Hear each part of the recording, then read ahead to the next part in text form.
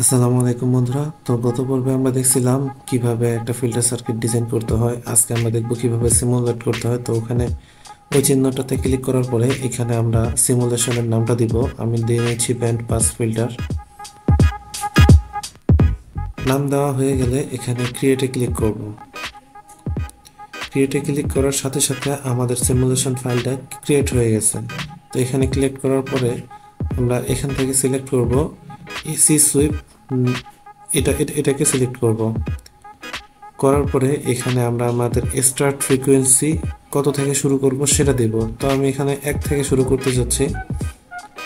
তার আগে আপনি দেখে নেবেন যে আপনি আপনার রেঞ্জ কতটুকু। আমার এখানে আমার লোয়ার ছিল 1800 এর কাছাকাছি, আর আপার প্রায় 2300 কাছাকাছি। তো আমি এই অনুযায়ী ক্যালকুলেট করে একটু ভালো একটা ফ্রিকোয়েন্সি রেসপন্স পাওয়ার জন্য, ভালো একটা ওয়েবশেপ পাওয়ার জন্য এখান থেকে আমি শুরু করব 1 থেকে 5K পর্যন্ত। তো আমি এখানে সর্বোচ্চ ফ্রিকোয়েন্সি 5K নিচ্ছি। আপনারা আপনাদের মন মতো নিতে পারেন, আপনাদের যতটুকু ডিজাইনে থাকবে তো ততটুকু আইডিয়া করে নিয়ে নেবেন।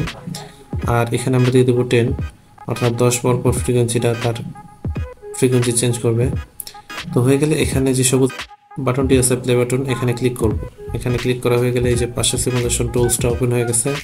তো ওইখানে ক্লিক করব। করার পরে এখান থেকে আমরা ডিবি সিলেক্ট করব। ডিবি সিলেক্ট করে এখানে ভোল্টেজ আউটপুট ব্র্যাকেটের ভিতরে সিলেকশন লাইনটা এনে ডিভাইড করব। এখান থেকে ডিভাইড চিহ্ন নিয়ে নেব, নেওয়ার পর দিব ভোল্টেজ ইনপুট, অর্থাৎ আমরা ডিবি সমান সমান যে সূত্রটা জানতাম সেই সূত্রটা এখানে লিখে দিলাম। তারপর এখান থেকে ওকে করব। ওকে করলে আমাদের যে আউটপুট রেসপন্স ফ্রিকোয়েন্সি কার্ভটা আছে সেটা এসে পড়বে।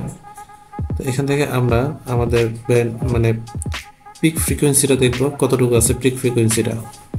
তো এখানে যদি আমি মাউসের কার্সর দিয়ে সিলেক্ট করি তো দেখতে পাচ্ছেন যে প্রায় পিক ফ্রিকোয়েন্সি 2.006K। তো এটা আপনাদের মাউসের ক্লিকের উপরে অনেক সময় চেঞ্জ হয়ে যাবে। তো মোটামুটি আর কি এখান থেকে আপনি দেখতে পারতেছেন আপনার যে রেজাল্ট প্রয়োজন ছিল ব্যান্ড পাস ফিল্টার সার্টেন একটা ব্যান্ডকে পাস করবে, বাকিটা রিজেক্ট করে দিবে। তো এখান থেকে আমরা আমাদের পিক, এরপরে গেইন, কোথায় কতটুকু গেইন আছে সবই দেখতে পারবো। কার্সরটা মুভ করার সাথে সাথে প্রত্যেকটা ডাটাই মুভ হচ্ছে, দেখতে পারতেছেন। তো এখান থেকেই আপনারা আপনাদের প্রেজেন্টেশনের যে আউটপুট রেসপন্স সেটা নিতে পারবেন। আর এতটুকু জায়গা যদি ভিডিও করে আপনারা আপনাদের প্রেজেন্টেশনের মধ্যে অ্যাড করে দিতে পারেন সেটা আরও অনেক ভালো হবে।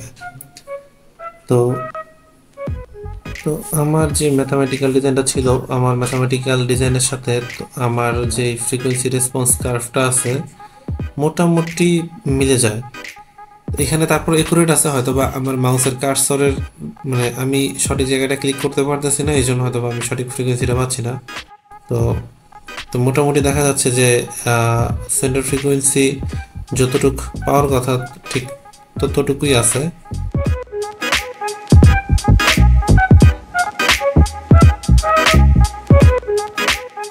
আজকের ভিডিও এই পর্যন্তই। যদি ভিডিওটি ভালো লাগে তাহলে ভিডিওটিতে একটা লাইক দিবেন এবং চ্যানেলটি সাবস্ক্রাইব করবেন।